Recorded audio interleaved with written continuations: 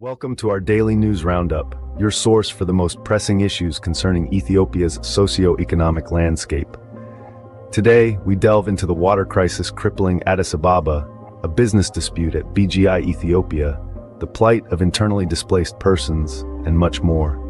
We'll also take a look at the concerns over state enterprise debt repayment, the uncertainty surrounding industrial parks development, and the impact of low electricity tariffs. Plus, join us on a journey from Kombolcha to Lalibela. Stay with us for detailed coverage of these stories and insight into the nation's journey towards sustainable development. Can you imagine a city bustling with life, yet with wells running dry? That's the startling reality facing Addis Ababa, Ethiopia's capital. A recent study reveals that only 7 of the city's wardas have a consistent water supply throughout the week. The city's wells are drying up, pushing groundwater drilling into the realm of the unfeasible. The freshwater demand stands at a staggering 1.2 million cubic meters per day, but the current supply can only meet a paltry 40% of this demand. Over the past 6 years, water supply deficiencies have led to rationing, with most wardas receiving water only twice a week or less. The city's goal of full water coverage by 2030 seems a distant dream, with water supply projects consistently delayed. Even with planned projects coming online, experts warn that the water supply will still fall short of meeting future demand. In a recent turn of events, BGI Ethiopia finds itself embroiled in legal turmoil as it contends with a lawsuit filed by some of its largest distributors, even as it grapples with an ongoing property sale dispute with Purpose Black. 14 prime BGI distributors, who make up almost half of its network, have accused the beer giant of contract violations by assigning their distribution sectors to new entrants. The distributors lodged a lawsuit in December 2023, aiming to get an injunction on BGI's new distribution contracts, which the court has now granted. This clash with its distribution network arises as BGI Ethiopia is concurrently wading through a legal tug-of-war with Purpose Black over the sale of its 30,000 square meter property located in the epicenter of Addis Ababa. Currently, over 3.25 million internally displaced persons find themselves scattered across the country with no immediate respite in sight. These individuals have been displaced due to ongoing conflict and natural calamities, their lives in limbo as they dwell in camps, facing an uncertain future and struggling in their present circumstances. The International Organization for Migration, IOM, has reported that since the Pretoria Agreement in November 2022, 1.5 million of these internally displaced persons, IDPs, have managed to return home. However, there are still 1.1 million IDPs remaining, primarily sheltered in the Tigray region. A large proportion of these individuals are from areas still under Eritrean control or from southern and western Tigray. Despite the cessation of war a year and a half ago, new displacements are still occurring. The Tigray Labor and Social Affairs Bureau reports a new influx of IDPs in shelters near Shire. Over the last 2 months alone, more than 11,000 people have been displaced from western Tigray. This crisis, however, is not limited to Tigray. Other areas, like Oromia and Amhara, also host a large number of IDPs. The Amhara Regional Disaster and Risk Management Bureau has been endeavoring to use its resources in shelters that are severely impacted by food scarcity. Although they limit the time a person can stay in an IDP camp to 9 months, a majority have been residing there for a year or longer.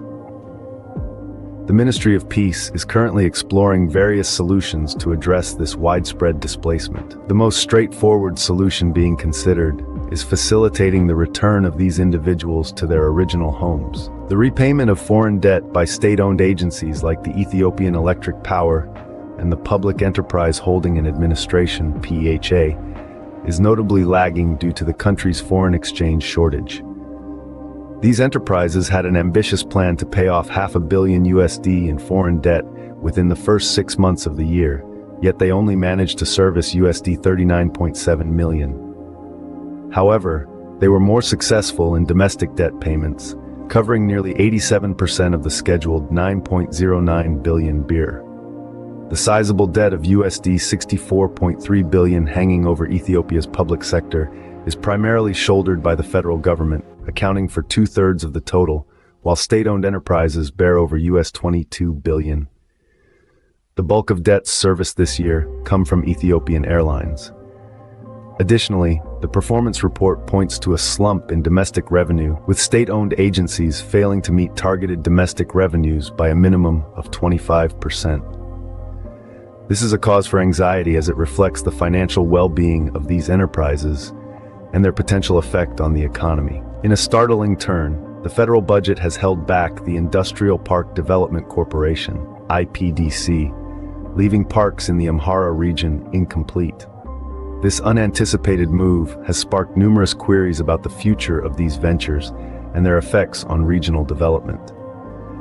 The government's decision to withhold its budget for the current fiscal year is stalling the IPDC's efforts to conclude construction works at parks in the Amhara region. The corporation's new CEO, Aklilu Tades, has vocalized the requirement for a budget to build a new headquarters in Addis Ababa and to finish the final stage construction works at the Bahir Dar and Kombolcha industrial parks. The corporation is currently contemplating utilizing its plots in the capital for real estate developments. Electricity bills in Ethiopia are projected to increase by September, as per the plan of the state utility Ethiopian Electric Power, EEP. The objective is to foster private sector investment in the energy sector by raising electricity tariffs. The current subsidized tariffs are not cost-reflective, posing a hurdle to private investments. The impetus for the tariff increase comes from a World Bank-sponsored study, with the changes anticipated to come into effect before September. Despite the liberalization of power generation a few years ago, private sector investment has been slow due to legislative and bureaucratic obstacles. Nonetheless, there is forward momentum and a roster of successful energy projects that could potentially draw in more investment. Ethiopia boasts a power generation capacity of roughly 5,000 megawatts, yet less than 60% of the population has access to electricity. Therefore, the private investment encouraged by these tariff increases is deemed crucial for the country's development. We now embark on a suspenseful journey through the conflict-ridden Amhara region, from Kombolcha to Lalibela, revealing a region fraught with tension. Kombolcha, once a bustling commercial hub, now echoes with eerie silence, its shops shut down and young populace idle. As we traverse to Lalibela, the trail is marked by countless security checkpoints, with the town of Woldia bearing the scars of unfinished construction projects. The pervasive violence has constricted economic progress, prompting displacement and a mass exodus. Lalibela, a revered UNESCO World Heritage Site, is reduced to a desolate ghost town. Its once flourishing tourism industry now lies in shambles.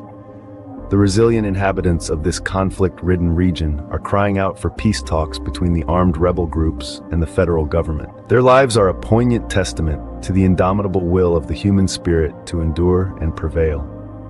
That's all the news for today. Stay informed, stay curious.